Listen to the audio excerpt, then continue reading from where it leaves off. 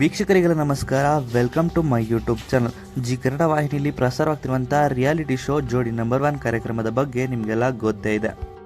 ಇನ್ನು ಕಳೆದ ವಾರ ಜೋಡಿ ನಂಬರ್ ವೇದಿಕೆಯಲ್ಲಿ ಎಪಿಸೋಡ್ಗಳನ್ನು ಯಾವ ರೀತಿ ಟೆಲಿಕಾಸ್ಟ್ ಮಾಡಿದ್ರು ಅಂತ ನೋಡೇ ಇದ್ದೀರಾ. ಅದಕ್ಕಿಂತ ಮುಂಚೆ ಪ್ರೋಮೋಗಳನ್ನು ಕೂಡ ನೋಡೇ ಇದ್ದೀರಾ. ಇನ್ನು ಜೋಡಿ ನಂಬರ್ 1 ಕಾರ್ಯಕ್ರಮದಲ್ಲಿ ಭಾರತಿ ಭಟ್ ಹಾಗೂ ರಾಜಾರಾಮ್ ಭಟ್ ಅವರು ಕೂಡ ಸ್ಪರ್ಧಿಗಳಾಗಿ ಕಾಣಿಸ್ಕೊಳ್ತಾ ಇದ್ದಾರೆ. ಇನ್ನು ಕಳೆದ ವಾರ ನಡೆದ ಎಪಿಸೋಡ್ಗಳ ಬಗ್ಗೆ ಸಾಕಷ್ಟು ನೆಗೆಟಿವ್ ಕಮೆಂಟ್ಸ್ಗಳನ್ನ ಮಾಡ್ತಾ ಇದ್ರು ವೀಕ್ಷಕರು. ಅದಕ್ಕೆ ಜೋಡಿ ನಂಬರ್ 1 ಕಾರ್ಯಕ್ರಮದಲ್ಲೇ ಸ್ಪರ್ಧೆಯಾಗಿ ಕಾಣಿಸ್ಕೊಳ್ತಿರುವಂಥ ಗೀತಾ ಭಾರತಿ ಭಟ್ ಜೋಡಿ ಈಗ ಲೈವ್ ಬಂದು ಏನು ಹೇಳಿದ್ದಾರೆ ಅನ್ನೋದನ್ನು ಈ ವಿಡಿಯೋ ಮೂಲಕ ನೋಡಿ. ಹಾಗೆ ವಿಡಿಯೋ ಇಷ್ಟ ಆಯಿತು ಅಂದರೆ ಲೈಕ್ ಮಾಡಿ, ನಿಮ್ಮ ಅನಿಸಿಕೆಯನ್ನು ಕಮೆಂಟ್ ಮೂಲಕ ಕಮೆಂಟ್ ಮಾಡಿ ತಿಳಿಸಿ. ಎಲ್ರಿಗೂ ನಮಸ್ಕಾರ. ಇಷ್ಟು ದಿನ ನೀವು ಮಾತಾಡಿದ್ದನ್ನೆಲ್ಲ ನಾವು ಪೇಷಂಟಾಗಿ ಕೇಳಿಸ್ಕೊಂಡಿದ್ದೀವಿ. ಇವಾಗ ನಾವು ಮಾತಾಡೋದನ್ನು ಪ್ಲೀಸ್ ಕೇಳಿಸ್ಕೊಡಿ. ನಾವು ಪ್ರೀತಿ ತೋರಿಸಿದಾಗ ಸ್ಕ್ರೋಲ್ ಮಾಡಿದ್ರಿ, ಸ್ನೇಹದ ಬಗ್ಗೆ ಮಾತಾಡಿದಾಗ ಅದನ್ನ ಸ್ಕಿಪ್ ಮಾಡಿದ್ರಿ.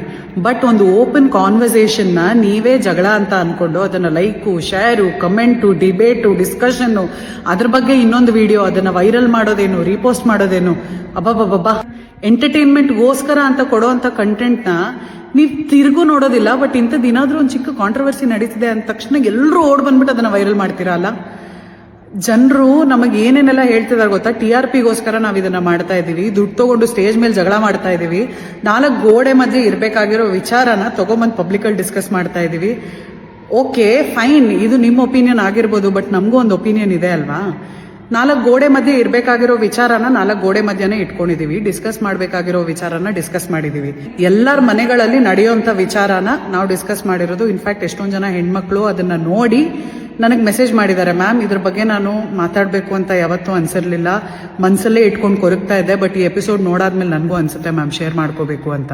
ಅದರಲ್ಲೂ ಈ so called social media influencers already viral ಆಗಿರೋ ವಿಡಿಯೋನ ತಗೊಂಡು ಅದ್ರ ಮೇಲೆ ಅವ್ರ ಒಪಿನಿಯನ್ ಹೇಳ್ಬಿಟ್ಟು ಅದನ್ನ ಇನ್ನೊಂದು ವಿಡಿಯೋ ಮಾಡಿ ಅವ್ರು ಅದನ್ನ ಹಾಕ್ತಾರೆ. ಚಾನಲ್ ಅವರು ಅದನ್ನ ಡಿಲೀಟ್ ಮಾಡಿಸ್ತಾರೆ. ತಕ್ಷಣ ಇನ್ನೊಂದು ವಿಡಿಯೋ ಬಂದ್ಬಿಡುತ್ತೆ ಅವ್ರದ್ದು.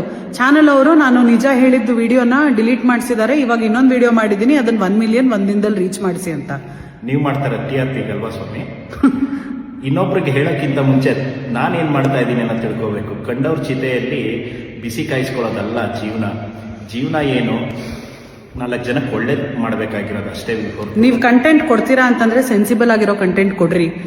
ದಯವಿಟ್ಟು ನೀವು ಯೋಚನೆ ಮಾಡಿ, ಪ್ರಾಬ್ಲಮ್ ಇರೋದು ಪ್ರೋಗ್ರಾಮ್ ಅಲ್ಲ, ಅಥವಾ ನೆಗೆಟಿವ್ ಅನ್ನ ಮಾತ್ರ ಹುಡುಕಿ ಅದನ್ನ ವೈರಲ್ ಮಾಡೋ ಅಂತ ನಿಮ್ಮ ಅಭ್ಯಾಸದಲ್ಲ.